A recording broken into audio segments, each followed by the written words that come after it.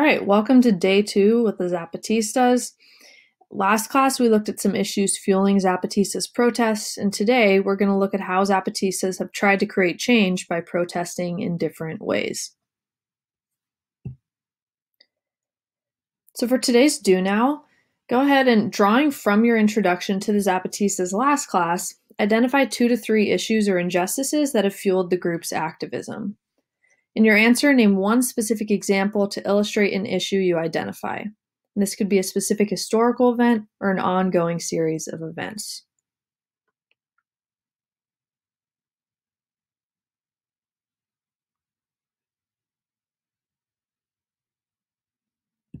All right, great job on that do now. Just to provide a quick recap of some issues fueling their activism and a little sidebar. So last class I talked a lot about historical context, and just in case the connection wasn't clear, the reason why we reviewed historical context during that class is because we need to know about the context to understand some of the issues that have fueled this group's activism, and for the Zapatistas that pushed them to eventually declare war on the Mexican government. So, a few issues that have shaped their activism include long-term exclusion from land reforms, the forced removal of Chiapas from land, lack of education, healthcare, and labor rights for indigenous Mexicans, government military actions against Chiapas, and changes to the Mexican Constitution to favor government interests. So these are all kind of short and long-term historical issues that have fueled the group's activism. In today's screencast, you're going to learn about some methods of protest the Zapatistas have used by reviewing a few different historical documents, and you'll answer some short response questions. And then at the end, you're going to take a stance on whether you feel that the Zapatistas' methods of protest have been effective in achieving their goals. Our central questions for today are: what methods of protest have the Zapatistas used to resist certain injustices, and how effective were these methods? And our objective is that you're going to close read documents and eventually, as I said, take a stance on whether you think those methods were effective in addressing those injustices. Okay, so last class you read document B, which is Marcos' first declaration of war on the Mexican government. In it, he calls for the Zapatistas to storm the Mexican capital and take control of government headquarters. The goal of this act of protest was to pressure the Mexican government to meet a list of demands presented by the Zapatistas. And this act of protest was done with the ultimate goal of persuading the Mexican government to meet their demands, of entering into negotiations. In reality, this event resulted in the loss of many, many lives, as the Mexican government used military forces to prevent the Zapatistas from invading. And this is a picture of the 1994 Zapatista uprising, when the Zapatistas attempted to take control of the capital. The Zapatistas eventually move away from these approaches, as attempts to negotiate with the Mexican government failed. So if we're looking at this through the lens of what types of protests the Zapatistas were using, first, they were using violence and force as they stormed the government buildings. And they used negotiation in an attempt to persuade the government to meet their demands. And as you'll see, the Zapatistas' types of protests change as they run into some roadblocks and have to adjust their approach. All right, so now you're going to stop and read document C, which is Marcos' second declaration. And then you're going to answer the following questions. Where do you see evidence in the text that Zapatistas' first attempt to reform the Mexican government failed? Reference 1 to 2 quotes from the text to support your answer. So, where does Marcos talk about how the Zapatistas' attempts to reform the Mexican government failed? Number 2, what is the new approach that Marcos is calling for in this document? In other words, what's his new goal for the Zapatistas? And again, reference 1 to 2 quotes to support your answer. And you can find this document linked in the learning log.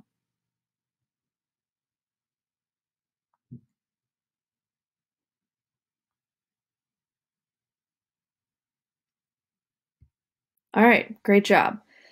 So, just to provide some explanation of Document C, in Marcos's second declaration, he calls for a national democratic convention. This is a meeting gathering all Mexicans in support of a more democratic Mexico.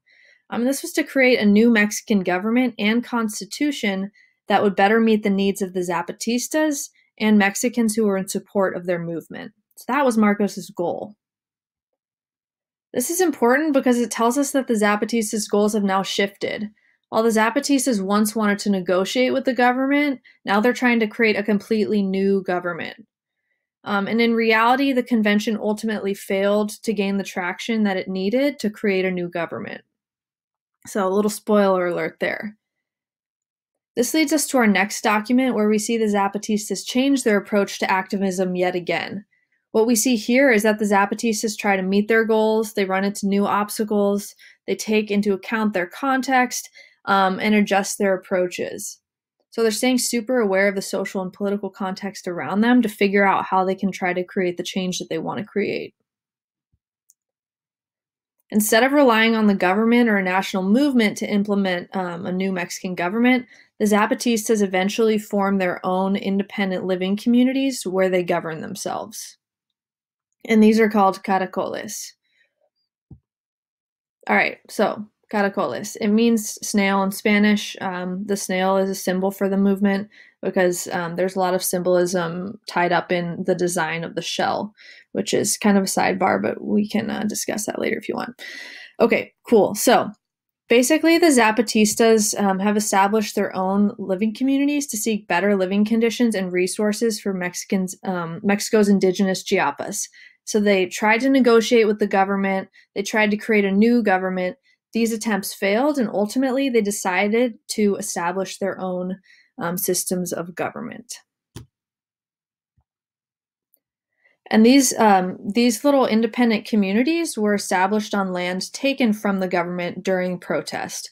So these are independent communities on government land, but the Zapatistas are occupying that land. And the ultimate goal was for Zapatistas to govern themselves independent from the Mexican government. Now you're going to read about how Zapatistas govern themselves in caracoles, in these independent communities. And ultimately, I think these formed because the Zapatistas felt really disillusioned and out of touch with the Mexican political system. So they wanted to create a political system that best met their needs and where they could have all the decision-making power. And you'll see that as you read this next document. What you'll also see moving forward is that in these communities, Zapatistas responded to the long-term injustices of not being able to access education and healthcare by creating those systems for themselves within their communities.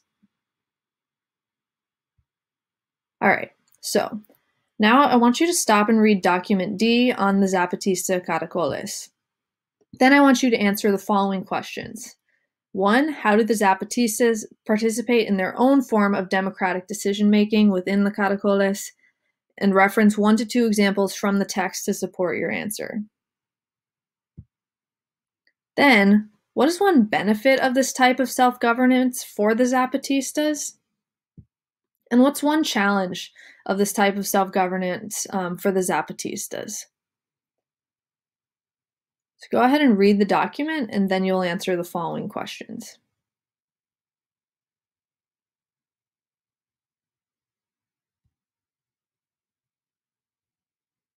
All right, so to get an idea of how Zapatistas have established their own systems of education, I want you to move on and read document E. You're just going to read the first half of the document on education, and then you will answer the following questions. What was education like for indigenous Chiapas before 1994? What is the highest level of schooling that most Chiapas have reached? And 2, how could creating a stronger education system be considered a form of protest for the Zapatistas? So go ahead and read the document and answer the following questions. And the reason why we're answering these questions is because given the Zapatistas' changing approaches to activism, We're trying to understand both how the context fueled their activism and then how they created these changes to meet their own needs. So we're looking at these events through that lens. Let's go ahead and read the document and answer the following questions.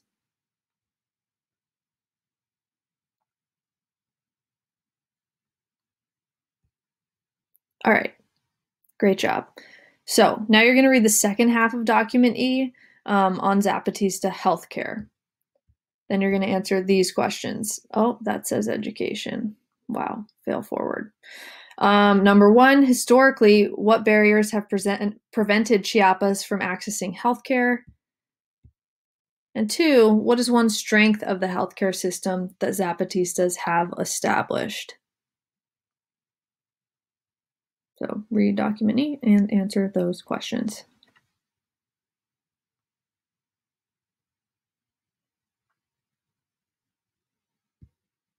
All right, great job. Now I want to hear your thoughts.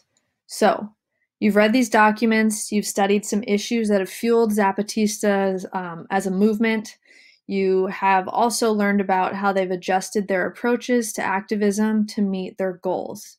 So, keeping the issues fueling Zapatista protests in mind, you will now evaluate whether Zapatista activism was effective in meeting the group's goals.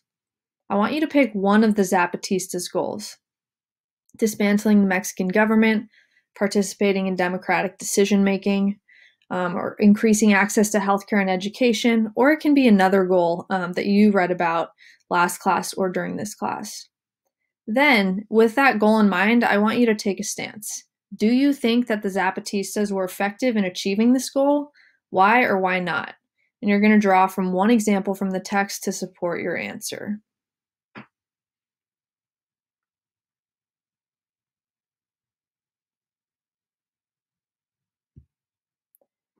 All right, I'm looking forward to hearing what you think of the Zapatistas' activism and how effective you think their methods were in meeting their goals. To close out our summary of the Zapatistas, I want to review some of the different types of protests they've used as they've adapted to the changing context around them. Zapatistas use force and negotiation. They wanted to abolish the current system of government and create a new political system for Mexico. As a result, they first tried to seek change through force and by negotiating with the government. Then, as we see in the second declaration from Marcos, he calls on everyday Mexican citizens to join forces with the Zapatistas and basically form a new government, new constitution, and a new political parties. Zapatistas, however, failed in their efforts to organize the Mexican people in support of this goal, and instead they eventually backed away from their goal of changing the Mexican political system. And they did this, they tried to basically create their own form of independent democratic decision-making in their own communities, in the caracoles. And they also, given these long-term kind of injustices, they also tried to create their own independent education and healthcare systems. So we've talked about how survival, just trying to live your life on your own terms, can be considered a form of protest. And the Zapatistas have tried to do this in a pretty radical way by creating their own communities and increasing access to vital services like education and healthcare. It's up to you to decide how successful the Zapatistas were in achieving their goals, but they were able to reform decision-making within their own communities and increase access to these vital services. People across Mexico were inspired by the Zapatista movement, and the use of technology, our second trend, to spread news actually allowed the movement to spread globally and allowed the movement to inspire many others around the world. And since, the Zapatista movement has actually been running for almost 30 years.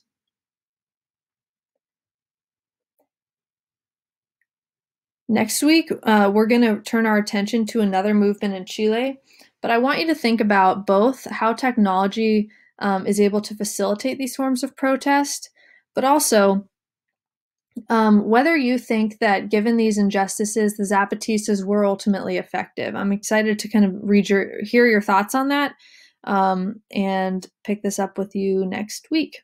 All right. Great job and thanks.